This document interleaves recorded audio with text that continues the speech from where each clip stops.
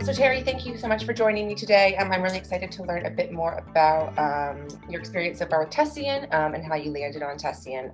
To get started, great if you could introduce yourself and tell us a bit more about SPG Cooling. Hi, I'm Thierry. I'm the Global IT Manager for SPG Dry Cooling. I've been with the company for almost 14 years now, so I know it very well. And SPG Dry Cooling is doing dry cooling system or condensing system. The engineers will kill me if I tell them cooling system. But it's more condensing. It's the air condenser, and you see a picture behind me, how it looks. You have different types. And it's a B2B business, a very big business, and yeah. So it'd be great to find out a bit more. What was the specific initial use case for Tessian, or what made it a compelling solution compared to other products out there? The reason why we took Tessian was because we had a lot of phishing mails, which is normal. Everybody has those phishing mails. The users, we educate them, they start getting good to catching them, and most of the things they knew, and for some they send us emails, but some are really good ones, and they don't find the really good ones because they're really hard to find even for IT people. And also we had like another company which had an mail account hacked, and they created a fake domain with exactly the same names of the users with .tr at the end missing. So it's domain name.com.tr, and the tr was missing. So it was just .com. So no user, not even IT, is looking if the domain name is everything completely. So they tried to get us to divert money to another account, and we called those people to find out about it, and they told us, no, it's not them, so we caught them. But this was something which kind of like, it's a small change, which you normally don't see. And so we started looking for tools to help the users find those phishing mails. And yeah, that's when I found Tessian. We hear a lot about how certain industries like legal and financial services need strong email security, but manufacturing does too, with supply chains and things like that. So has this been a common problem in your industry that you've been hearing a lot about from your peers? Well, in the industry, it's not only manufacturing, but it's really all companies who need to be careful, because most breaches, network breaches start by email. And you get the email, and that's how it comes in. I think if you check the security stats on how many companies were hacked, and I think you'll find about 95% of those have been hacked because they got the email in. So it's a really high number. I'm not sure if it was 90 or 95, but most hacks start with email. People clicking on something they shouldn't click, and that's where everything starts. So the email is the main entry. Because the firewall, nobody's brute attacking firewalls anymore, next generation firewalls, which we can drop, which it's really hard to hack them. But the emails, that's the thing. And so manufacturing, yes, but every company should be careful for that. Because once they're in, they can access your payment information, can access everything. Yeah, I mean, email is just an entryway to get into everything. I know that you mentioned briefly initially that you had things in sort of catch those more obvious phishing attacks. How had you tried to solve the problem before? Was it with a secure email gateway or native controls, or what were you using before Tessian? Well, for the email, we used common sense, and by the users, we had some blocking stones. Kind of no user has admin rights, so which means it blocks already from installing something. You had for example, the one we said why it blocked also, it's because we have fixed bank accounts in contracts. So if the bank account number changes, then we know there's something wrong. And then we not only call the people, but we need some legally proof that the change of contract has to be done. So you need to have some lawyer or some notary approving the signature and change in the contract signed by both sides, and then only can the bank account number change. And that is one of the things we had, and we educated the users. I got a lot of mails from those users telling me, oh, is that okay or not? And then I send it back. But honestly, there was manual, and I tried something to find something better, which automatically does it. I mean, nowadays we still get some mails because they're not 100% sure, but they can find most of the information themselves and they learn by it. So yeah, we did it manually before.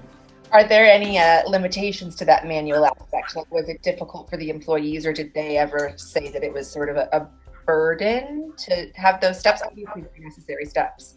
Well, the limitation is that if they send it to IT, or if they send it, let's say, to me, I'm sleeping. While I'm sleeping, I'm not answering. So the limitation is, of course, time-wise, but there's also the limitation because we can also be wrong. There are things which even IT doesn't see really fast. So you need to lose a lot of time to really analyze it to be 100% sure. So depending on the mail, whatever is said, pretty much most of the time we know, but sometimes we have to really look at it. And so the limitation is that it hangs really on the human person, which can make mistakes. Yes, isn't that the truth? Humans do make mistakes more often than not. So then what specifically about Tessian, specific features potentially appealed to you to push you over the line? Actually, there are two things which appealed with Tessian. I mean, the first one, which I find the most interesting one, was the education of the user, because you need to train your users. You need to train them, you need to make them better so they understand it. Because if they trust just the machine or just the computer or just the protection, they click on anything. But sometimes the protection fails. Sometimes something goes through. And there Tessian sends the mail, and you get a big yellow block telling you why it's suspicious, why it's bad, and if you can confirm it. And then the user not only knows that that one might have a problem, but why, can verify it, and understands how they use the phishing. So it means it teaches the user at the same time. And we like to empower our users. We like that our users learn and become better and better and better. That's what we're trying to do in SPG Dry Cooling. We try to give them as much training as they need, as much education, what they need. They get training, and we try to be innovative and get our users, our members, everybody, we try to get them better, make them better, so they learn and they understand and they better themselves and they can do everything by themselves. And the second thing, which was for Tessian, was the high-level phishings. So those are the ones which they cannot catch and which even IT has to really look around.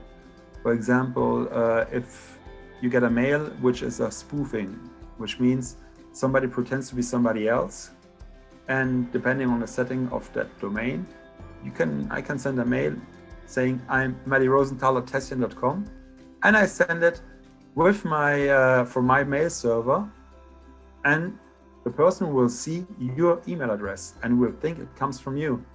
But the only thing which changes is the mail server, which is there behind it, changes, and Tessian finds those things. So the really fine spearhead phishing, those Tessian finds, and that's something which I had to tell, which I found like important for us, because those are things they miss. The easy ones, the user, they find themselves, they block them, they remove them, they delete them, they don't even bother IT anymore because they know it's bad. But the really good ones, those are the ones we need to find to also block that mail server and really activate on it. So how quickly did you see results and value after deployment? Well, since we use Tessian already as a proof of concept. So we already had the connection, the database, the connection to our Office 365. So everything was already there. And when we put it live, we had the database to access it and You get more information about what IP address they use, what mails do they normally send to, and everything is already in there. So yeah, it went pretty fast, but even on the proof of concept, it went pretty fast. I think after a couple of weeks, we had mails. After a couple of weeks already, it started really helping. So it went really fast normally, and the deployment was also very fast, to be honest, because what we had to do, we had to put the Tessian agent on all the computers. We have a software distribution system which pushes on all the computers, so that's what we did.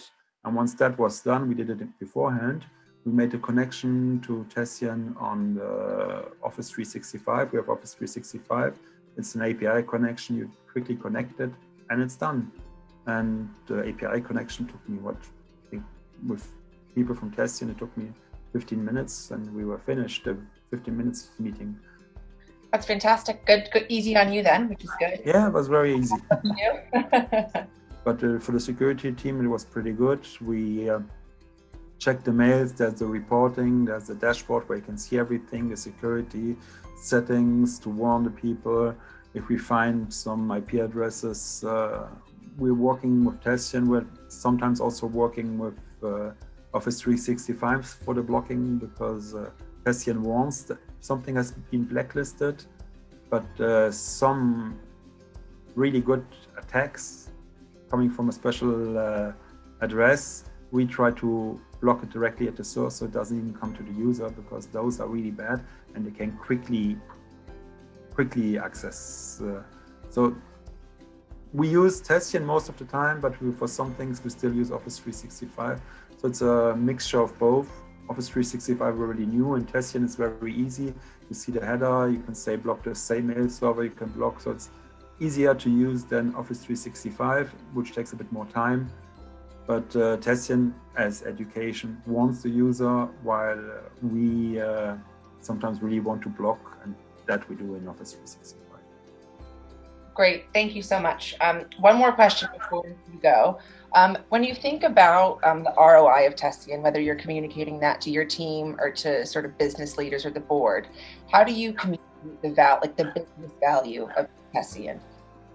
I communicate it by educating the user. So, and I'm showing, you have the report where you can show, and it shows how many were blocked, how many things. So that's for the CEO, it's okay. They see that, they don't want more information. But those reports are more about also for IT, because you see trends. You see trends of different attacks which emerge out of there. So you realize during this time, those type of attacks come more often. And then sometimes if they're really good, we need to warn the users extra. We send a mail to everybody saying, okay, now at the moment we have this type of attack coming on to us. So if you have the mail, please be double vigilant about it, because this might be something. So it helps, the reports help the IT team to warn the user to protect us better. For the CEO, we send them the results. They see how many got blocked, why it got blocked, and all the different types of blockage. So they see the system is working. But the technical details are normally more important for the IT than for the CEO and for the stakeholders. I mean, they just want to know it works well, and this is what it does. Amazing. Terry, thank you so much. This was very, very informative. I really appreciate you taking the time.